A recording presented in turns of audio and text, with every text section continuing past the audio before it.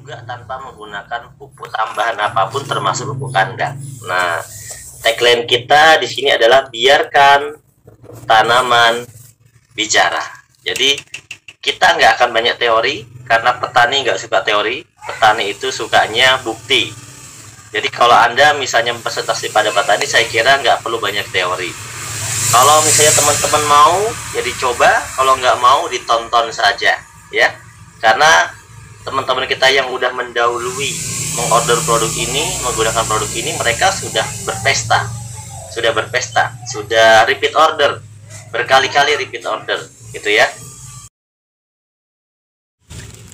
Di sini ada produk, ya. Di sini yang akan kita jelaskan lebih prioritas nanti ke fotosintesa dan ekosida sebenarnya. Yang sisa yang fotosintesa slow release yang nomor 4 ini, kemudian sama ekosida. Herbiko nggak perlu dibahas ya, kan herbiko itu nggak terlalu banyak teknis yang rumit ya, termasuk mudah lah, tinggal diaplikasikan saja. Nah, kita akan lebih banyak nanti paling bicara fotosintesa, bicara slow release gitu ya. Kita mulai dari yang pertama, ini adalah produk. Di depan ini ada gambar produk fotosintesa dan slow release. Ini adalah pupuk, ya, dua-duanya adalah pupuk. Yang sebelah kiri fotosintesa adalah pupuk, bentuknya kalau dibuka bentuknya seperti tepung ya. Tapi sebenarnya ini nanti akan kita cairkan dengan air. Jadi dia menjadi POC, pupuk organik cair. Cuma di sekarang bentuk awalnya ini tepung, kemudian nanti kita cairkan.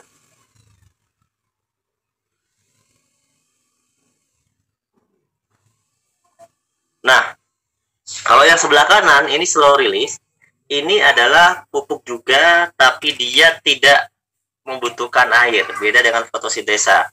Kalau fotosintesa kita cairkan, kemudian kita semprotkan. Kalau yang slow release itu ditanam sama bungkus-bungkusnya. Ya, kita tanam sama bungkus-bungkusnya, dia tinggal kita lubangin aja, dilubangin pakai pisau gitu aja ya. Kemudian dicacah gitu ya, dilubangin, acak, terus masukkan sama bungkus-bungkusnya ke dalam tanah. Jadi tahu ya perbedaannya ya. Tapi sebenarnya ini adalah sama-sama saja, bedanya adalah beda nanti peruntukan atau beda situasi kalau kita menggunakannya. Secara umum yang paling multi adalah fotosintesa ya, multi talent. Maksudnya multi itu untuk segala macam tanaman, segala bidang, segala jenis pun bisa selama tersedia air. Nah, kalau slow release itu tidak tersedia air juga bisa. Nah, ini kelebihannya yang slow release. Oke, pupuk fotosintesa dan slow release ini adalah satu teknologi tepat guna ya di bidang pupuk organik. Tentunya dia punya berbagai macam kelebihan, diantaranya dia mengandung lebih dari kurang lebih sekitar 36 unsur hara dan mineral ya, dilengkapi dengan hormon GA3, gibrelin, auksin, sitokinin sebagai pemicu pertumbuhan.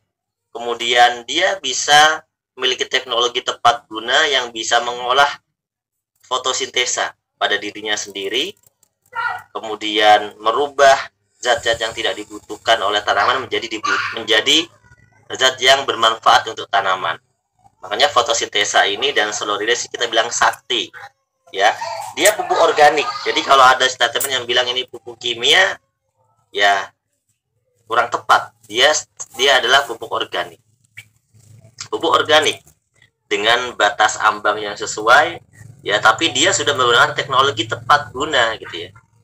Nah, kelebihannya lagi apa? Selain mengandung 36 unsur tadi, kelebihan yang kedua adalah tidak membutuhkan pupuk tambahan.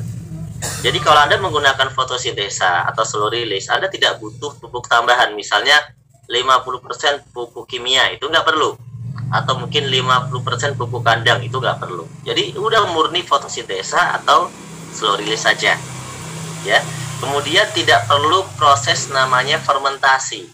Teman-teman nggak perlu namanya di kemah, dikampingkan dulu pupuknya. Camping dulu Pak, berapa malam campingnya? 3 malam gitu. Nggak perlu pakai fermentasi. Jadi nggak perlu pakai misalnya dicampur dengan gula ya. Kalau misalnya kita mupuk 1 hektar harus pakai gula kan habis gulanya, betul nggak? Jadi nggak perlu pakai air tebu, nggak perlu pakai macam-macam lah, nggak perlu. Pak, itu ada teknologi mikrobanya nggak ada. Dia ada juga teknologi mikrobanya. Cuma mikrobanya ini luar biasa nih, mikrobanya udah kelasnya jenderal. Jadi nggak usah dikasih makan, ya. Nggak usah dikasih makan, dia udah punya mikroba yang kelasnya jenderal. Jadi nggak perlu dibuatin makanan, dia udah bisa menciptakan makanan untuk dirinya sendiri. Nah, ini luar biasa. Ada bakteri atau mikroba pembenah tanah di dalamnya juga salah satunya. Jadi ini sangat lengkap sekali, ya. Bagaimana cara aplikasi fotosintesa? Secara umum aplikasi fotosintesa ini satu saset, ya ini 35 gram.